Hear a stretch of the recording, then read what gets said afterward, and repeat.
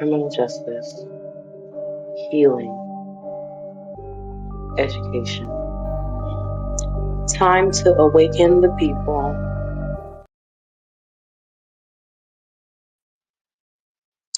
Good morning, afternoon, evening, wherever you are currently watching from. My name is Holly. I am the lovely host of this podcast, Morning Mimosas, where we awaken the Black and minority community by valuing justice, truth, healing, and educating.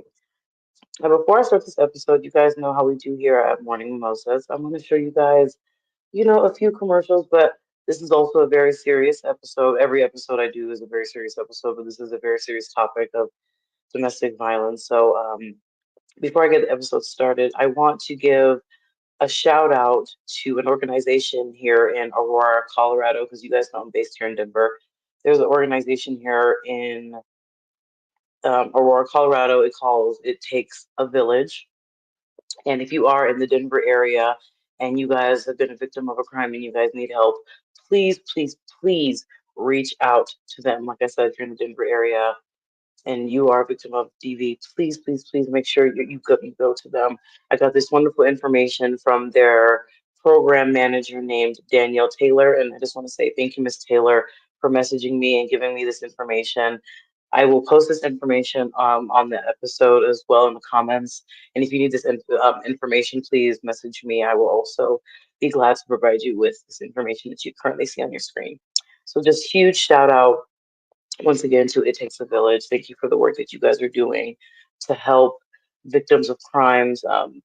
This is absolutely beautiful. I cannot wait to collaborate with them outside of Morning Mimosas. Thank you guys so much. But once again, if you guys need this resource and you are in the Denver, Colorado, Aurora area, please, please, please utilize them.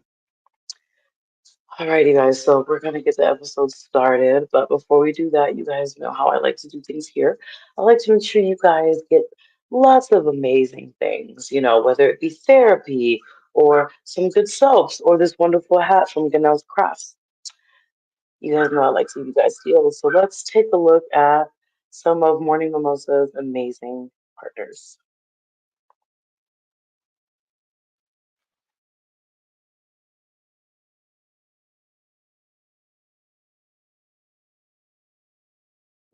Jeanette Sayers here from Immuna Soaps and Essentials. Just wanted to send out a reminder for all of you Morning Mimosa community members. If you go to my website and use promo code MM23, you will get a percentage off of your entire order. And my website is www.emunahsoaps.com. God bless.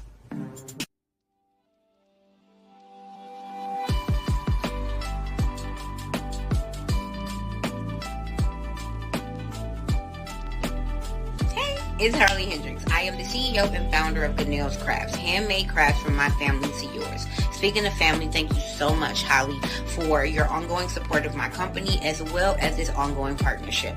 We are back taking orders, but I want to make sure that I let you know, listeners and viewers of Morning Mimosas, what orders we are taking. Our focus between October and December, which is our next time frame taking orders, will be headgear. So all different types of hats for sure we are ready to make. Now, regular clothing we're still working on, so we're going to put those into next year. Those of us who have been asking about it, I got you. I promise I got you. But regardless of what you order, if you mention Morning Mimosas at your checkout, you get $10 off of your order. That's off of your total order, not off of every item. And if you make more than one order, every time you mention Morning Mimosas, you still get that same $10 off. Thank you again, Holly, for your continued partnership and your love. Have a good one, y'all.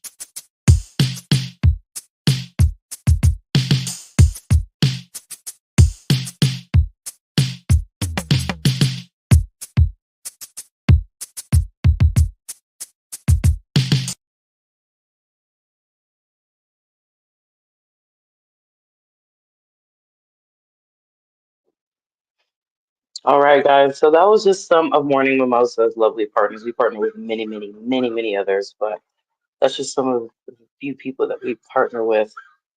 Ah, guys. So, one of the ladies that is on the episode today, Miss um, Domasha of the Sip Mouth podcast. She is in Tampa, Florida right now, and she couldn't join us today because you guys know that Tampa and Florida is going through all of the stuff with the hurricane. So please, please, please, let's send her love. We love you, and we wish you could have had you on a episode today, but we were sending you love, sending Tampa love, sending Florida love, sending any other states that are affected by Hurricane Helene and then Hurricane Milton that has made landfall. So just wanted to get that out there. And we are also waiting for our other guest, which is our nurse expert, Miss Makeda. So I will start the episode as I know how to do by the topic of the day, which is domestic violence awareness. Guys, it is October. Although October is an awareness month for many, many things, today we're going to be discussing domestic violence awareness.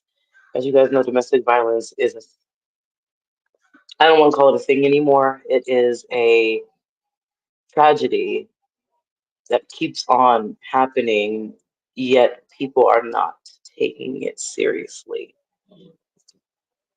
Being a domestic violence survivor myself, it's just really sad when I research cases and look into cases and I see that police aren't taking things seriously. And I just want to say this to the police force. I have to get this out there. I find it very disgusting that you guys can't do anything until somebody is hurt or killed. Absolutely disgusting. What happened to let's do preventative care and not have to do the restoring part? Like, why are we not preventing everything instead of having to do the aftermath? I never understood that. That needs to change, which is why I'm in school right now to, make sure that I change the laws. It's it's just it's really really really sad, dealing with DV, especially in the minority community, minority in the Black communities. So you know, I don't know. It's a really really sad phenomenon, and it just keeps going on and on and on. I'm actually going to share a story of a young lady. Her name was Crystal Walton of Indianapolis, Indiana, and I will go ahead and show her photograph now. She was a beautiful 32-year-old. I mean, excuse me, she was a 32-year-old woman who lost her life to DV in Indianapolis. And unfortunately, the person that took her life was the father of her youngest child. And I didn't put his name on there purposely because we're not talking about the abusers. We're talking about the people who lost their lives to this unfortunate phenomenon that needs to be stopped. But I will also go ahead and share a little bit about her story. She was um, dropping her kids off to daycare on September 16th, 2022 in Indiana. And her baby's father, after she dropped her sons off, he he shot her multiple times as she was leaving the daycare. And what's sad about that situation is he had the audacity to be like, "Oh, if I can't have my son, then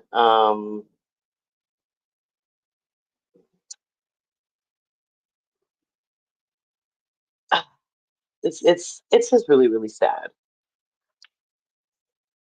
that men. Well, we're going to talk about because I'm talking about Miss Crystal's story. Um, that men can't and won't find the emotional intelligence to move on from the situation, or, co-parent effectively with the mother if they're not together anymore, or move on from the situation at hand. And I, I don't know, it's just, it disgusts me, truly. Um, it truly disgusts me. And um, it's time that people learn how to cope with their emotions when a relationship is over, because everybody knows that DV has multiple components: emotional abuse, physical abuse, sexual abuse, all the abuse tied into one. And yet people don't think that this is a serious thing. I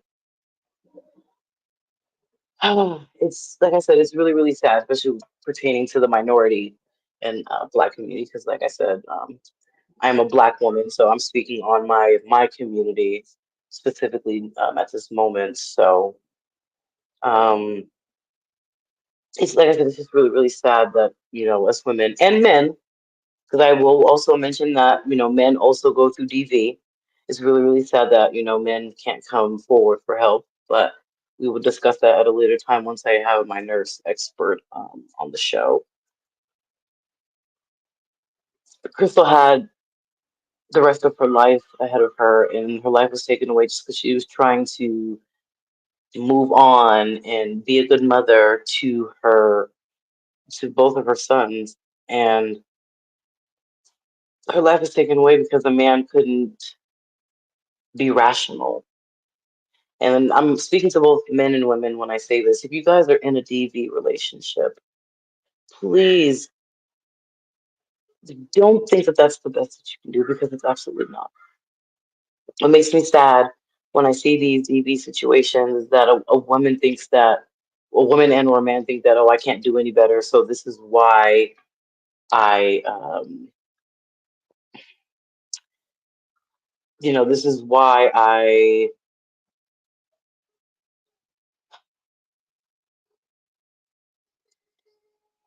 decide to stay. And it just makes me really, really,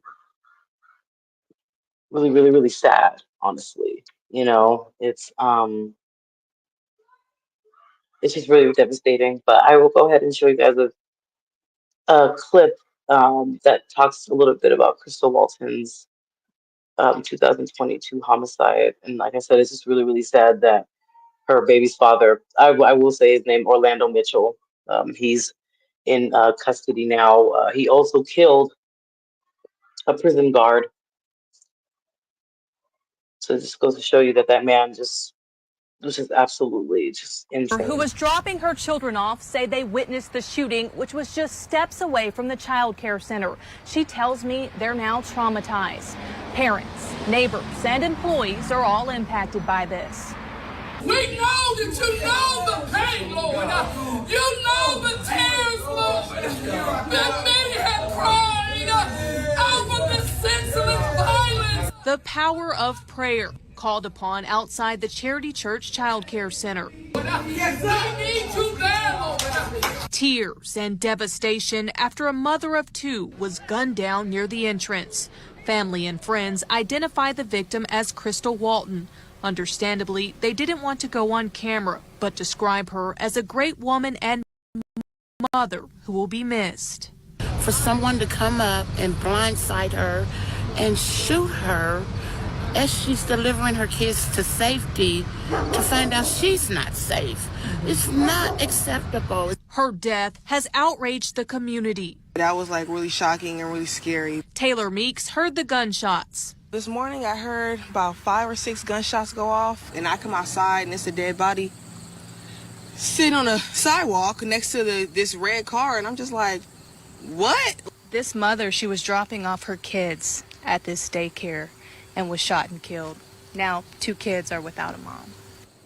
What are your thoughts on that? That's horrible. Staff members say no children were hurt and all students were picked up shortly after the shooting. Charity Cares says their hearts are heavy. On social media, it provided an update for parents that the alleged suspect was in custody. The Child Care Center asked for prayers. Grief counseling is available for all students and staff. It is very sad. I'm just praying for the family. I'm praying for the kids too because I know they most definitely need it. And praying for this neighborhood because I don't understand. Working for you, Rachel Wilkerson, WRTV. WRTV Investigates has learned the suspect in the daycare shooting, Orlando Mitchell, had two active warrants in connection with the victim, Crystal Walton. Mitchell pleaded guilty to domestic battery in July of this year. He received a year probation and was ordered to receive domestic violence counseling. Prosecutors say he violated his probation, and they filed new charges against him on August 6th from breaking into the same victim's home. We have in-depth details of these previous cases up right now on the WRTV.com website and on the WRTV. So I found that on TikTok, as you guys had seen, and it describes what happened on September 16th, 2022. So that was 2 years ago that we lost the beautiful Miss Walton to DV. Like I said, the father was angry at the mother for whatever reason that he decided to do this. And like I said earlier, he ended up killing a corrections officer. So this goes to show you that that man was absolutely insane. Guys, when it comes to stories like Crystal's and women like her, she was trying to do everything right. She was trying to get away from this man, and still she lost her life. What is so devastating, guys, is that people do everything right and stuff like this still happen. But does that mean that we stop fighting to get out of these dangerous situations? No. We keep on fighting. We keep on fighting because we don't want to be like this every single day. We keep on fighting because we don't want to sit on the couch, be depressed. We continue fighting because deep down, even though we're stuck in the situation, we know that we deserve better.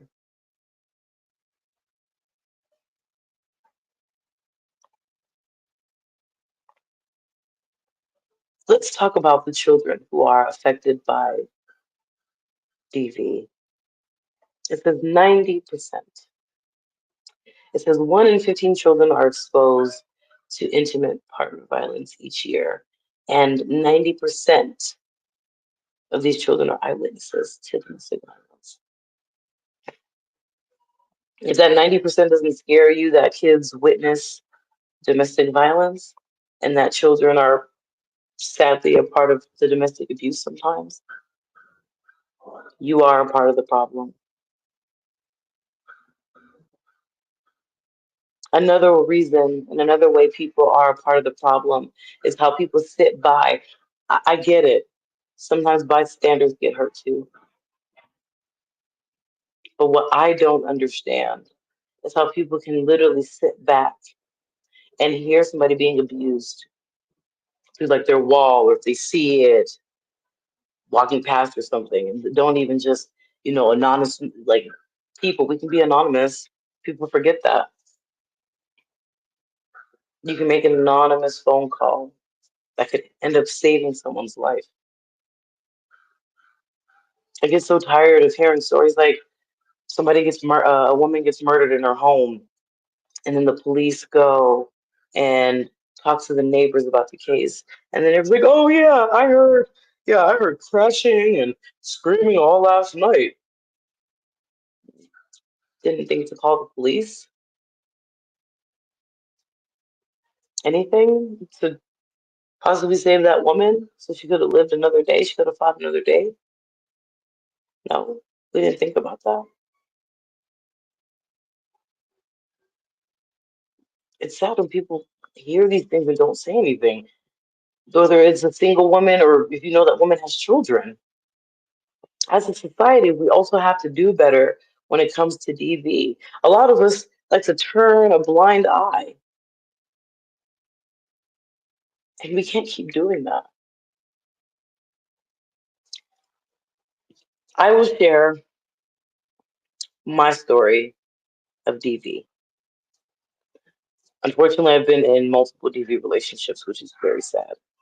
But the one that I'm going to speak on was one of the most recent. So I was dating my ex-boyfriend from high school, and he was on drugs. And I thought that I could be the woman that would finally save him from doing drugs. That wasn't the case at all. He kept doing drugs, and he wanted to sell drugs too. And one night, when he was high, he stuck meth up my vagina.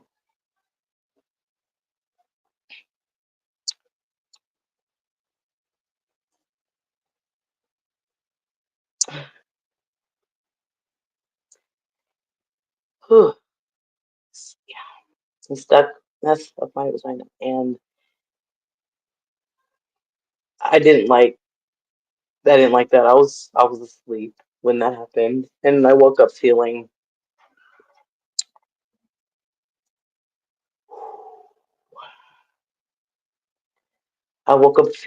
very crappy.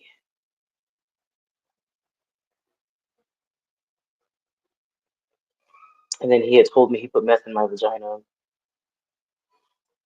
He's like, "Babe, I saw that you were cramping and you've had cramps, so I thought it would help." Really? Okay. For some reason, my stupid ass forgave him. Another night, he got high again. He crashed my car into a fence with me in it. I survived. Took him to the hospital. Thought the hospital could help him, but he wanted to leave.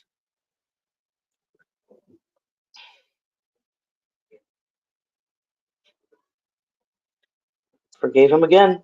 So I thought I could change him. I could change him. That's what us that's DV victims. That's what they think. We can change this person, right? Final straw was a hotel on Colfax. If you guys are familiar with the Denver area, Colfax. The final straw was him stealing my father's properties or trying to steal my father's properties out of my car. And he wanted to sell them for some drugs. I don't know what finally snapped in me to finally just be like, okay, I can't keep doing this. Like it brought me back to when my child had passed away. So I couldn't do it anymore at that point. So I told him, I'm like, you know what, let's just end this because I can't keep doing this with you. You're not going to change. So after that, I drove off and he threw a knife through my car window that nearly missed my head. It went past my ear. Had it been a few inches, that knife would have probably stabbed me like while I was driving because there's a butterfly knife.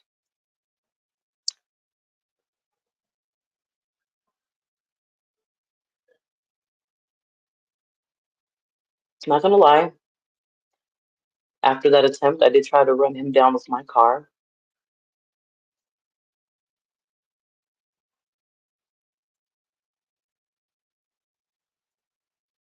I mean, you just try to kill me. Why would I not try to retaliate? The sad thing about that is that he was charged with assault and battery of me, and then I was also charged because I tried to run him over. So, what a way to protect DV victims, right? I was just trying to get my attacker away from me, and I was also charged. But luckily, DV they've come a long way. That was 7 years ago. It's changed a lot since then. I've talked to a lot of lawyers and people that have worked in the criminal justice system. Had they had my case, they would have, um, if they had my case back then, they would have never charged me with anything. So it's just, like I said, it's just really, really sad that I was also charged as a DV victim, um, knowing that he almost killed me with the butterfly knife. So, well, guys, our nurse expert has arrived. Everybody say hello to Miss Makeda. I will go ahead. I was just telling them my DV story. Um, I'll go ahead and tell you too. My ex was on meth, and one night when I was asleep, he put meth in my vagina. Yep. I'm, I'm sorry that happened there.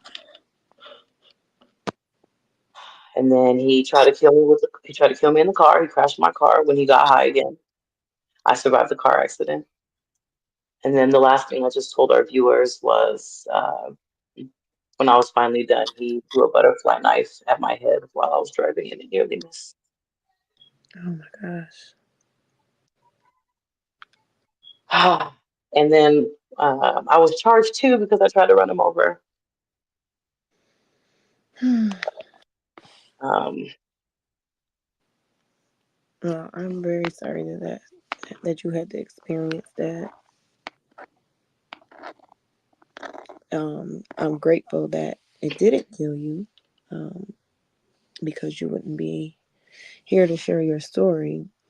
But you know, I know that it has quite a lot of damage that could have caused some concerns with all of the things that's happened. So I do commend you for sharing that story because I know how hard that must have been to have this conversation. I what makes me really sad is that that wasn't my first DV relationship. Um, I, I'm not ashamed of this anymore. I will go ahead and say I was pimped out by my ex when I was 18. Hmm.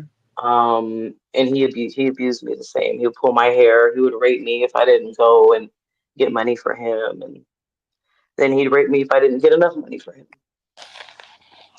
So yeah, um, So I have well, I don't know if it's a question or a comment, but I do recall you saying that you're not ashamed of this anymore, which like I said, that's a huge, huge step because um it takes a lot of courage and a lot of strength to be able to share not only with me but with how many people that may be watching or who will watch in the future. So my question is, how did you cope with all of those things? So based on all of the things that you had going on, how did you cope throughout the years to be able to be this beautiful person that you are today? so I'm gonna share my negative coping mechanisms and my positive coping mechanisms. Now, my negative ones,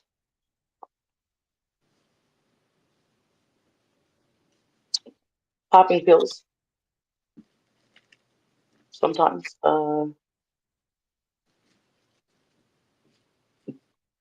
trying to find myself in these relationships with men, Mm-hmm. trying to find my value in these men was a coping mechanism.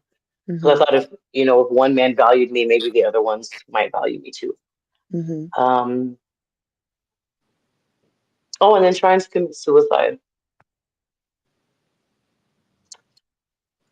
Um, I've attempted suicide many times.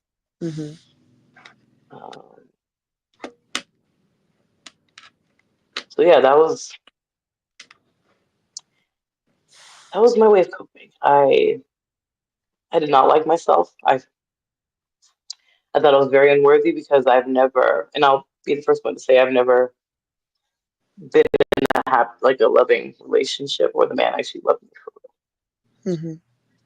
So, um, oh, and then lots and lots and lots of marijuana. But Mhm. you know, I Yeah. sorry, I had to make a giggle there. No, listen. I'm Okay. listening, and Okay. um, like I said, I applaud you in that sense because although I haven't experienced that um what type of situation, there's so many various avenues to domestic violence, and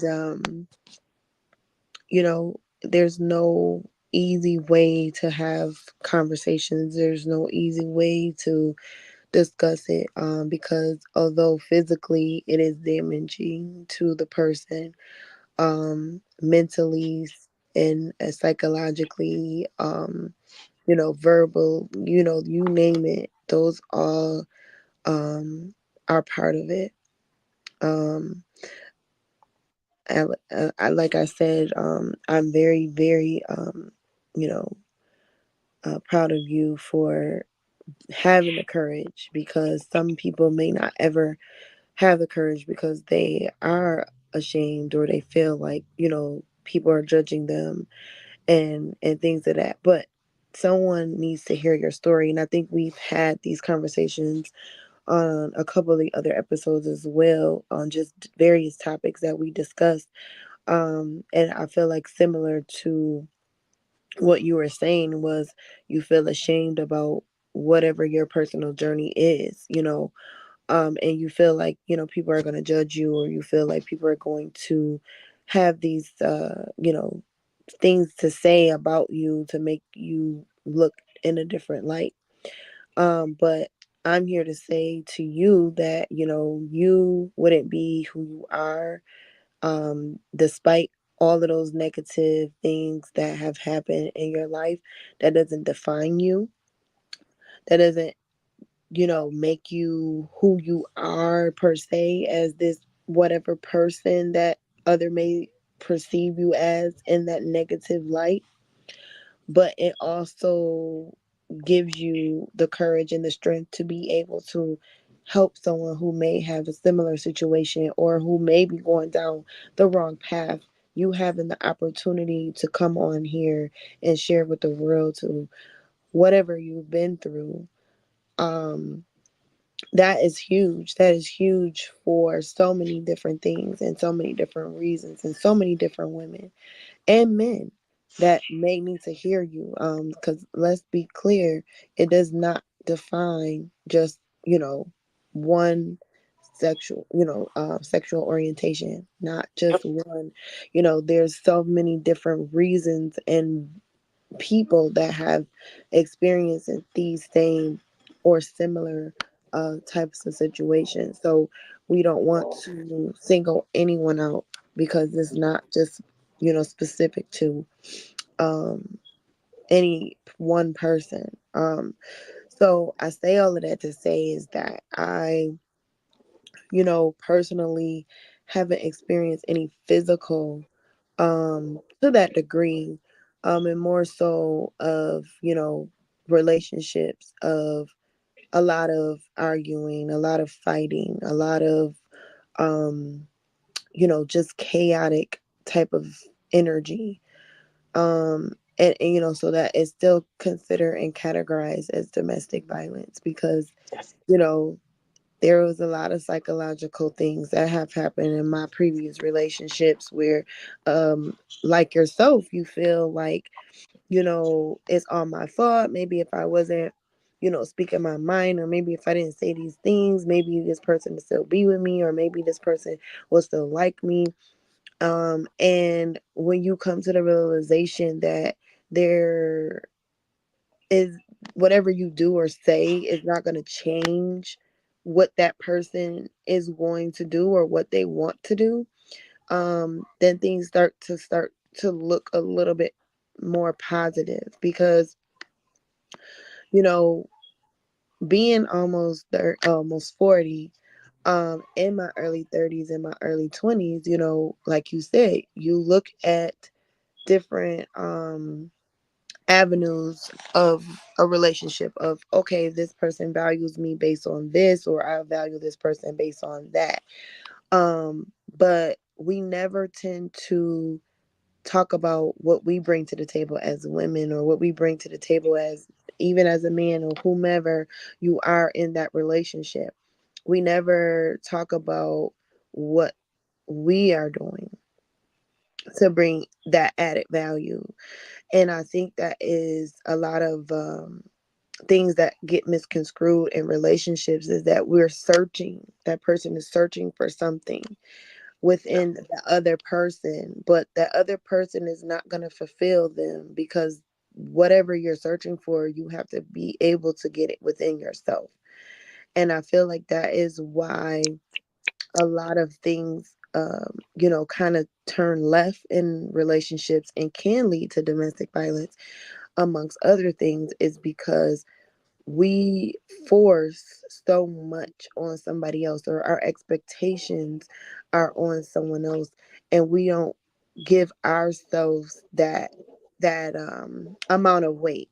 We don't put that on ourselves, because that other person is supposed to carry us, and in actuality, sometimes that is not the case, because that other person may be battling whatever they're battling, and then you're battling whatever you're battling, and then both of you guys are not able to prioritize and really gather what the root cause of why you may be angry, or why you may be upset about whatever. And so it just leads to just a lot of turmoil and a lot of anger. So I think that you know we don't know how to process our emotions. A lot of times it goes back to being in a different household, being raised differently, um, and just having the courage to really talk about these things prior to getting into serious relationships. And I feel like, oh, did we lose her? Uh-oh. I don't know. Oh, there you are. I was like, I don't know what No, happened. I put you in the solo mode so people would just Oh, focus on you. oh, okay. I'm sorry, I'm new to technology, guys. No, it's okay. I basically just saying that it stems from being in the home, how we were raised. And I feel like a lot of times, and I can speak for us as African American people, is that a lot of times we do not have conversations about how to process our emotions. So if we're upset, if we're sad, if we're angry, or whatever, we tend to result in negative behavior, such as hitting, screaming, um, things, throwing things, whatever the list goes on, where it leads to violence. And I feel like because of those lack of conversations that most people in the African American community do not have in an adult relationship, is resulting to all of that anger buildup. And that's how a lot of times things people do things that they want to cope with. So if they're coping with whatever, whether it's negative or not, in their mind, it's to fulfill whatever void that they are experiencing. So I feel like that is a lot of the Cut it out. reasons why things like this occur. We don't get to the root cause of why people feel a certain way, and a lot of times people are embarrassed to discuss that they're sad, or they're hurt, or they're mad, because it comes off as a sign of weakness if you are expressing your feelings, or coming off as any form of vulnerability. So like I said to you earlier, like I commend you on this journey, because that is a sign of growth, and that you're working towards something more, and you're working on trying to get out of the thought process of suicide, or just feeling bad about yourself, or whatever that you experienced. So those are positive things. So I want to let you know that, I'm happy that you didn't, you know, proceed with that, because you have an amazing platform here. Your spirit is amazing, and I feel like you have so much to produce to the world, and it's not your time to, go. So I really, really, really appreciate that you, stood fast, steadfast, was steadfast, and, didn't allow the enemy to pull you down into a dark path of something that you cannot return. And I feel like, if anybody is in this similar situation, it is not the end all be all. you know um Things may seem very difficult in the process of it happening, and in the process, but don't let that, consume you and overtake you completely, because there's so much more, that you have to share with the world. And so I don't want anybody to be discouraged. um, this is the time to celebrate the things that you have accomplished. This is the time to celebrate, life, and really just enjoying that you are a survivor, and you have survived the most difficult thing that you could possibly experience. So I just want to commend you for that. I appreciate this, because this can be a very touchy subject, and a lot of times people don't want to have these conversations. Yeah. And although I haven't personally experienced exactly what you've experienced, I've been in relationships where psychological, manipulation, narcissist, behavior was within, and it had me thinking, like, am I crazy? Because, why is this person making me feel like I'm just not good enough for them? And so I've experienced those things, not having the self confidence that you really, really, should or feel, because this person is telling you, oh, you're overweight, or oh, this or that, all of these different things that could have came about, and you start to believe those things. And so, those are all part of the abuse, that you experience, whether it's physical. I feel like psychological is still, because people really don't know if they are telling the truth. Like, they don't know the difference. And in some cases, if it's somebody that you say you love and they say they love you, you tend to believe everything they say. So if they're telling you, oh, you're ugly, or you're overweight, or you're not good enough for me, or whatever, the list goes on and on. If those people are saying that to you, and this person is the person that you're in a relationship that you claim to be in love with, 9 times out of 10 you're going to believe that that person is telling me the truth because they love me, and you don't think that they're manipulating you. So, I just want to continue to encourage you to keep doing what you're doing. Things are not always going to be easy, as I've trust me, I know how things could be, and sometimes you do get in those states. I've had several times where I've been like, do I really want to be here? Is it worth it? Life is could be so difficult. I'm never going to find this person that I need to be with, and things like that. The list goes on and on of the many thoughts that I have across my mind. And, of course, being the strong person, nobody ever thinks that you go through any mental defeat. You know, they never think, well, she's so strong and she's always smiling, or she's always doing this and she's always doing that. She's got to be fine.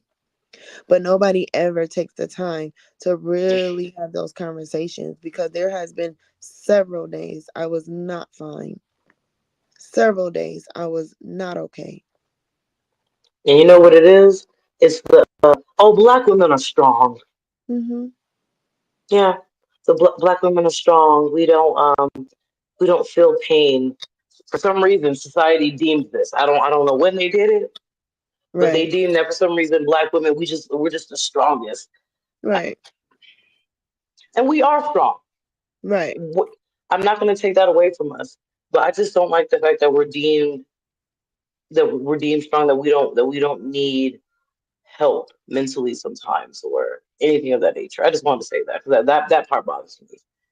And I agree. And I feel like the reason why they put us in this category of being strong is because we have been put in this box, in this category, to be in a war zone. We have always had to defend ourselves. We have always had to be in this mode of fighting because we have to be in survival mode. Like that's just, if nobody else does it, then who is? And unfortunately, that's not something that we chose. That's just something that we have been put in.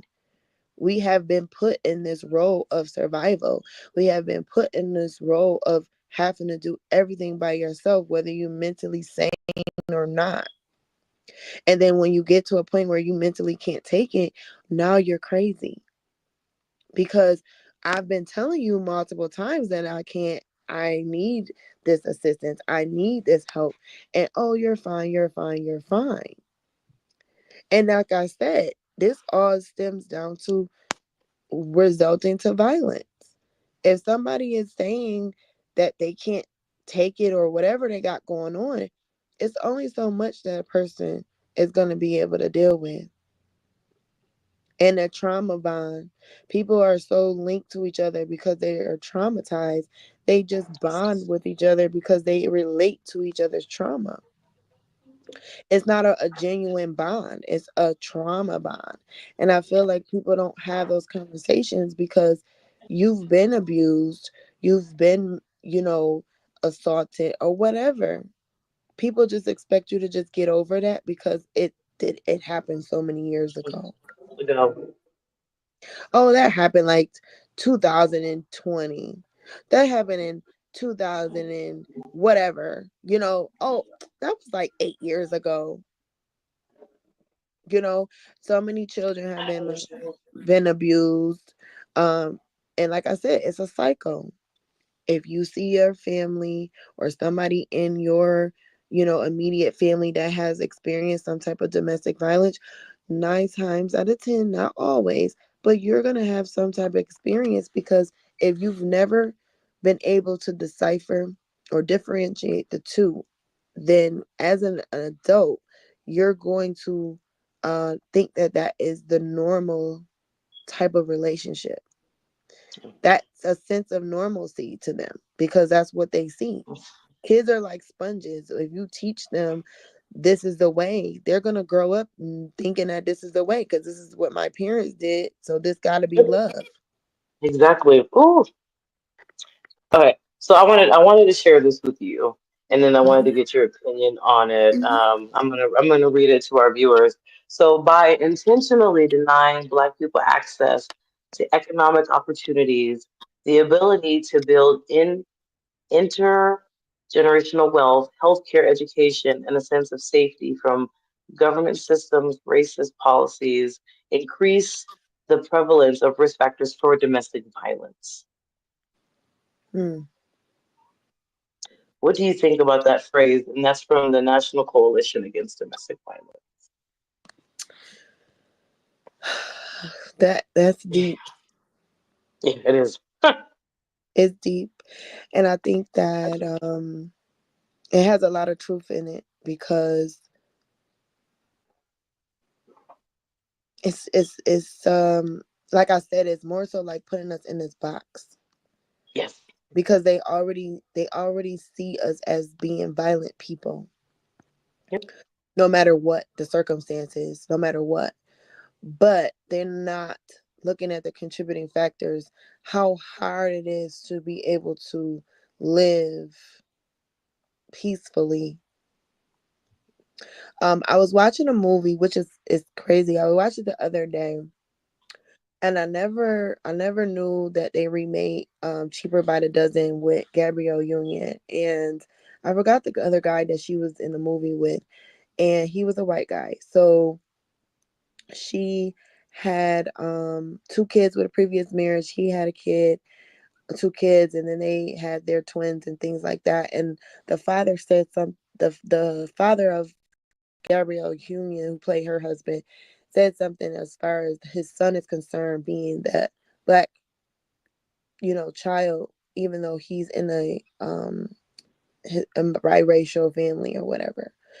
Um, he basically made a point. He was like, no matter what my son will become, whether he is a successful basketball player or a successful broker, whatever, he will still experience the same type of situation as far as getting pulled over, having Hmm. this fear that something's going to happen.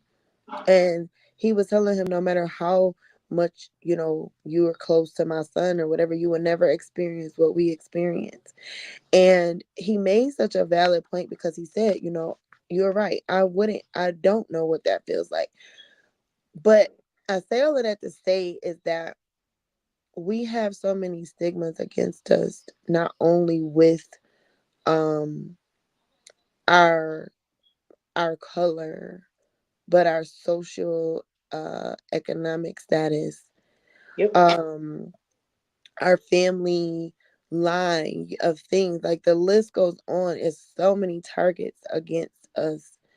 And I'm like I said, it's not to separate racism or anything like that, or talk about different cultures and saying that this person is over this person.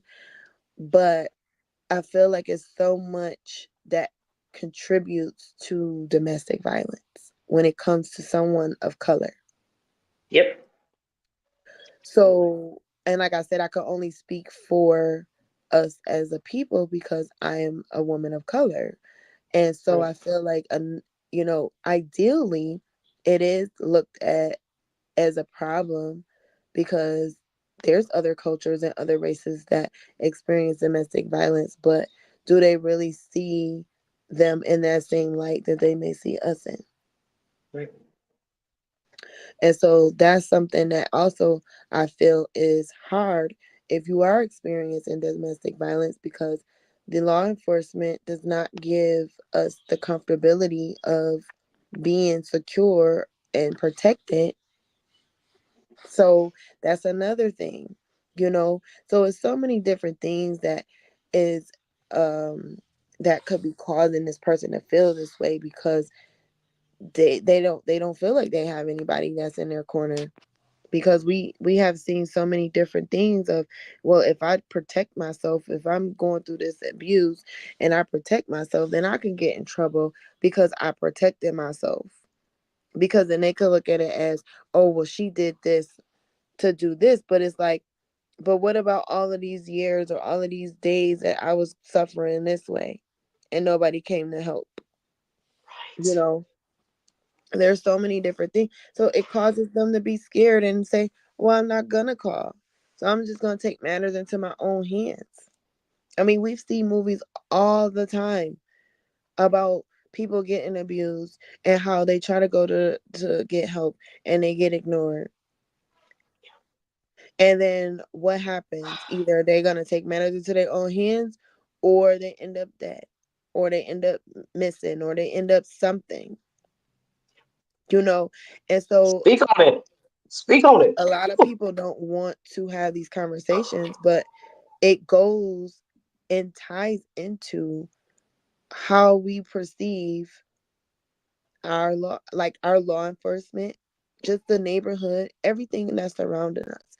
Do we feel protected? Do we feel like if something was to happen, can I go to this person for help? Will this person believe me if I say I'm being abused? Will this person believe me if I am fearful of my life? Right. And a Yeah. lot of those answers are no. So because of that, I feel like it continues. It continues and continues. And again, we see so much abuse and domestic violence because, like I said, it all stems down, in my personal opinion, it all stems down to how we process our emotions, how we are able to really identify what is bothering us, and how do we project that in a positive way. Yeah. Or do we know the difference between what is positive and what is negative? Because if that wasn't taught, you're going back into the survival mode again. So you're Emotional doing what intelligence. you have to do. People lack emotional intelligence. That's exactly what that is. Absolutely. If people, first and foremost, if people knew what emotional intelligence was, they would grasp for that. But then again, people know what common sense is, and common sense ain't so common. Right. So, Absolutely. so And it just it's that's just a big thing because I feel like a lot of times people assume that people should know, and I'm guilty of this because I've dealt with people and I'll be like, they are grown, they should know better. But yeah, in some cases they don't. Because no, they don't. again, you got to think about, people learn based on what someone else does, what they were taught or what they see. So if they only see these negative behaviors or they only see violent tactics, yes, as an adult, it's going to be kind of hard to, like I said, to separate the two. Because if they are seeing their mom, their dad, cousin, uncle, grandma, whatever, they're like, oh, that's my family, that's my grandma, that's my mom. They are they are put on this high pedestal. So of course they don't think that this person is gonna steer them in the wrong direction. So it's like a domino effect. It's like it is a constant cycle where it's like one down, keep going, keep going, keep going, keep going. And unless you really take the time to be like, you know what, I don't want to feel like this anymore. What is it that I need to do to be able to change the behavior? If that person does not have their own personal aha moment where they are really tired of feeling like that, that's the only way it's going to change. You can't force or change anybody. I had to learn that no matter what, because you can't raise a grown adult. And unfortunately, grown adults feed off of whatever they were taught as children.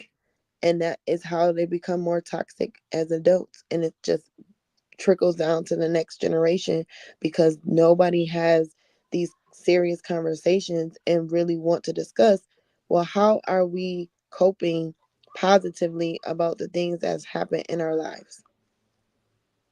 Oh, you're soft if you talk about this, or you're emotional, you're Yeah, dramatic. I've been called dramatic and emotional because I have feelings, and I have put in, a wall up, in a lot of instances, because you don't want to appear to be vulnerable to a point where someone identifies you as weak. And so when you're dealing with somebody that, may have experienced domestic violence or any other case, if somebody appears to be weak, that's an easy target for them. So as you can see, it's a constant, you got to look over your shoulder, constant, you can't be this way. You cannot portray any sign of weakness. And because of that, we as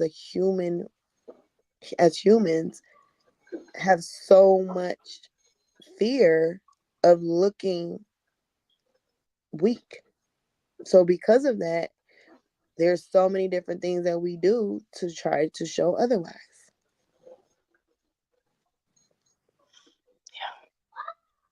but luckily there's people like me and you who are trying our best to make sure that this issue doesn't continue. So Absolutely. I'm thankful for even though we went through our experiences, whether it was physical, emotional, psychological, sexual, mental, we're here and we're here to talk to you guys about this. So I thank you for coming on the show today and Thank speaking with you. me. You came in right on time. So that I always believe that people come right on time. So I Thank appreciate you. you. And Uh, I will go ahead and toast this real quick before we go. If you or someone you know is in a DV relationship, please call the domestic violence hotline at 800-799-7233. Once again, the DV hotline number is 800-799-SAFE. Now, if you aren't comfortable calling, please, you can also text message them you can text begin to 88788. You deserve to be in a loving relationship.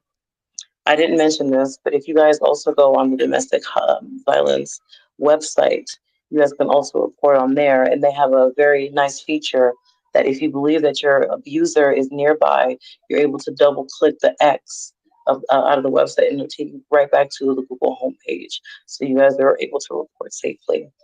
So please, please, please utilize the things that we have that was stated today. And just know that you guys are loved. And Morning Mimosa loves you guys because you guys are a human being. You deserve to be dignified. Guys, this is Morning Mimosas where we value human life, justice, truth, and healing for the Black and minority communities.